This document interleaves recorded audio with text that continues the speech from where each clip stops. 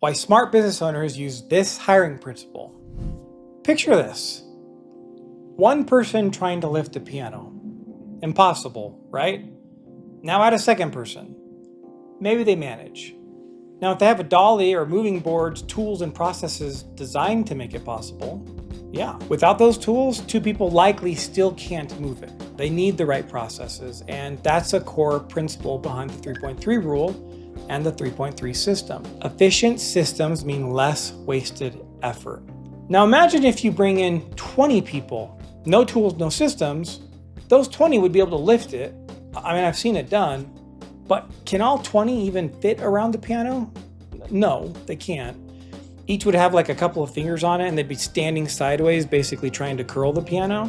They'd also step on each other's toes, coordination falls apart, and from a business standpoint, you'd be paying for 20 pairs of hands when maybe 5 to 8 properly equipped people would have done the job better and cheaper.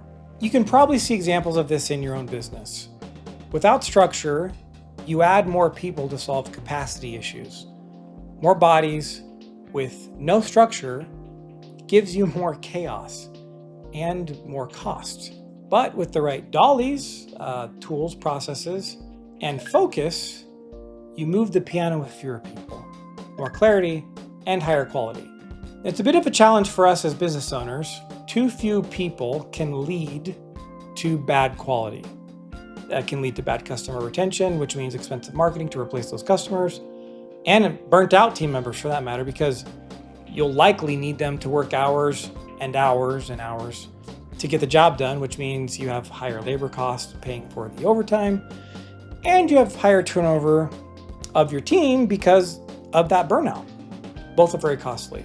But on the other side of the coin, too many team members can lead to bloated team member costs, which will destroy profitability. It also will result in a few of the team members doing most of the work, with the others happy to sit back and watch.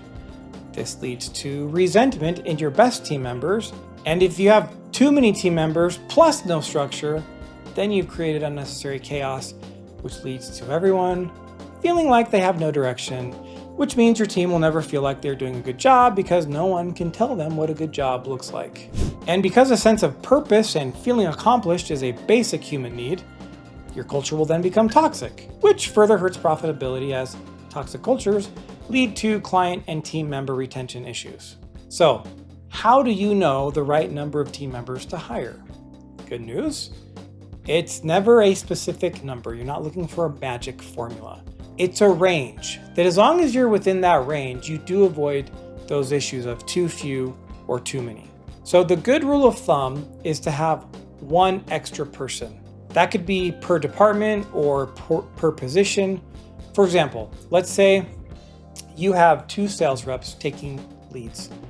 And with the 2, they're able to handle like all the lead flow, but they don't have a lot of extra capacity.